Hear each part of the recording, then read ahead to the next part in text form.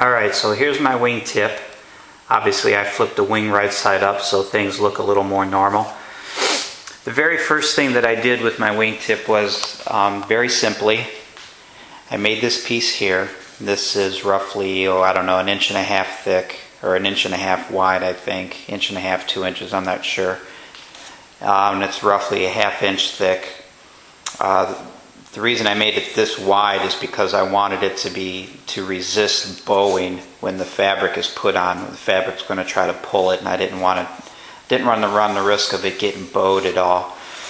Beveled the edge a little bit, top and bottom. This is not a sharp point. This is a rounded over nose, again for the fabric.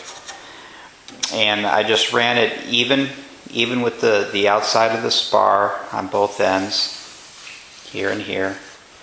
And it's even. It's down the center of the spars, so it's just a perfectly flat, straight piece from spar to spar. And then, of course, this I'll show pictures later. I've got some still shots of the tip assembly being built, but this is obviously not shaped originally. This just comes out square here.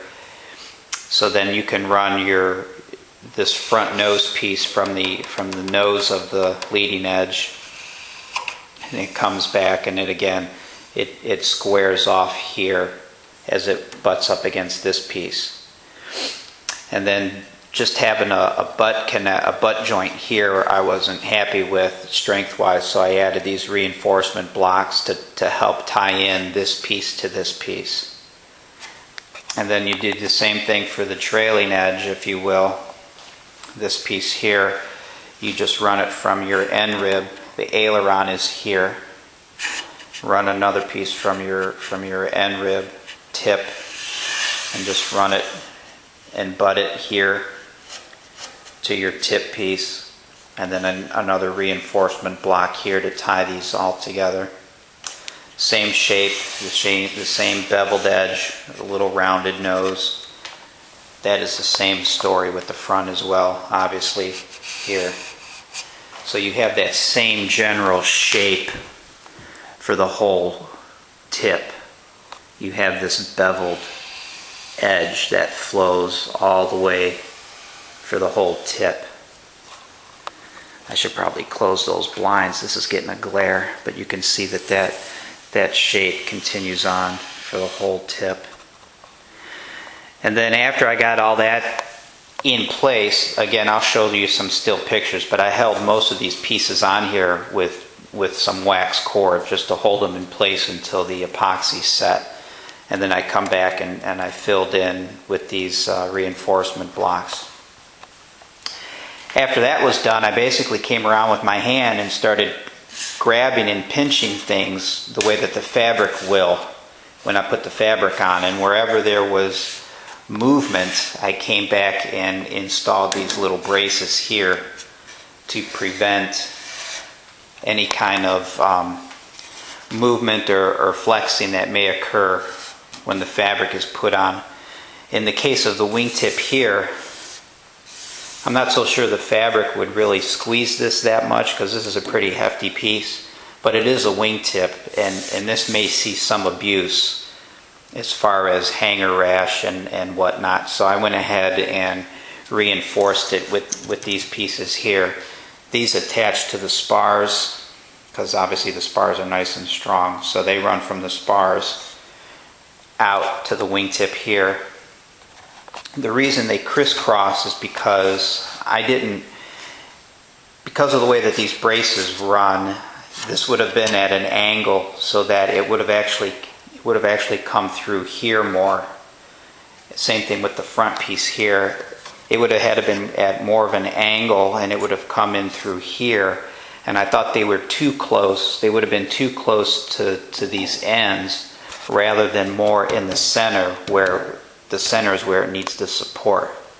So I ended up just kind of crisscrossing them in this fashion and using my circular gusset as a reinforcement at the cross. And then these little blocks here, if there's any kind of force on these cross members or on this tip, these are going to tend to want to slide out this way and this way. You know, this piece here and this piece here, they're going to want to try to spread.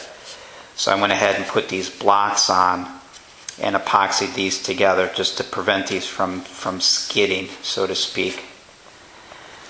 And that's pretty much that. Another reinforcement here and another anti-skid block, if you want to call it that, to keep this support here from trying to slide back this way. Pretty simple, pretty straightforward, but it's a definite deviation from the plan, and it's got a little bit of a different look to it, which is what I'm all about. I don't want to have a Pietenpol that looks like every other Pietenpol. So, and what I did too, I took a black plastic trash bag, which I still have here, just a simple black plastic bag. And I would go around, and I'm not going to be able to do this one-handed, but I would use this as a temporary skin. I would lay it on here, and then I would,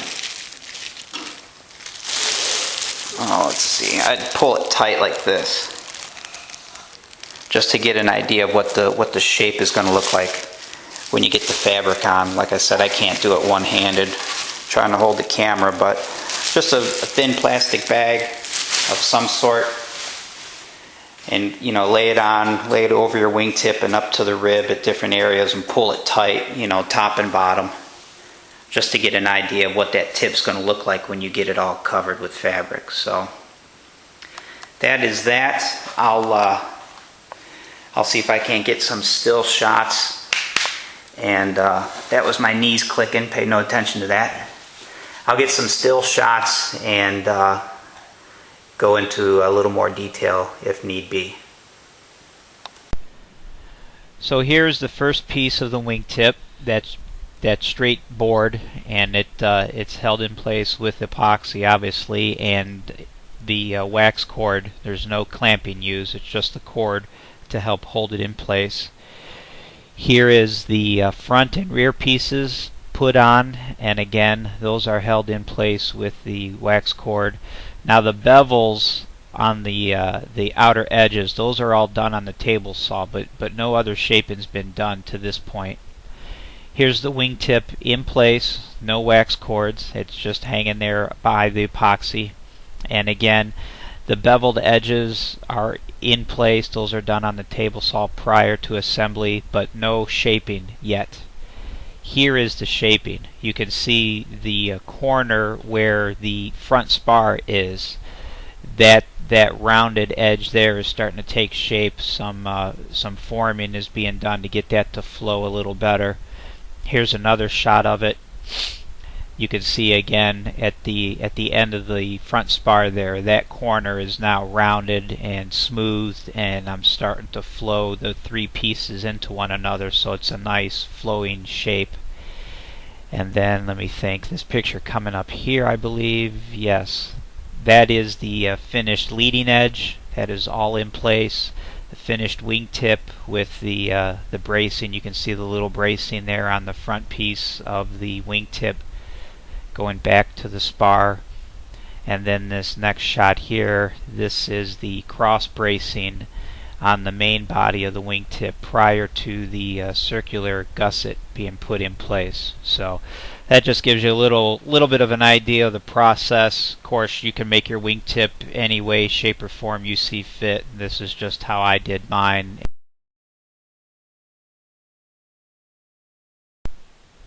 Here you'll notice the cap strips that run down the length of the center of the wing, roughly center. Those are just 1/4 inch by 1/2 inch cap strips, and they're varying lengths. I think they run anywhere from, I don't know, 3 foot, 4 foot, 6 foot lengths, different lengths. They just run the entire length of the wing, and those keep the ribs from flexing, from twisting when you put the fabric on. You don't, when you look at the wing from the leading edge or the trailing edge, you want those ribs to be nice and straight. You don't want them wavy. So these pieces of cap strips tie the ribs together and keep them from twisting. This is in place of the oh, what do you call it? It's not rib stitching, it's the lacing, the rib lacing. These cap strips are in place of that. Hey everybody, just wanted to say real quick again, thanks for checking out my YouTube videos, and just a couple of real quick tidbits before you leave. If you'd be so kind as to check out my GoFundMe page, the link is down in the description of these videos. For those of you who find it in your heart to donate for this new cause of mine, I've got another project going on, and there's some really cool things I'd like to do with this aircraft, and again, that's all explained in my GoFundMe. But if you find moved enough to go do that and donate, I've got this horizontal stabilizer skin, and donors will get their name put on this skin, and ultimately when this gets filled and the aircraft gets finished, this is going to be hung up on the wall of honor in my hangar. Just a little bit of recognition for those donors who helped make the project a reality. Another thing too is, I'm sure you've noticed that even this video that I'm making right now is of the same or worse quality than the video that you just watched, and that's because, believe it or not, this camera is the exact same camera that I filmed the original hint videos with. So I just wanted to point that out. I'm not really sure why, but I know the video quality lacks, but hopefully the information within is worth something. And the other thing that I want to mention real quick is, again, these are little snippets from my hint video DVDs, so a lot of these individual clips just kind of come to an abrupt end. That's just the way it is when I'm trying to rip these DVDs apart and re-edit them into small little segments, and they just kind of end weird at times. But that's it. That's all I wanted to say. And again, thanks, and I hope you'll come back, check out my channel, and see if there are any new videos and updates. All right, I'll talk to you then. See you.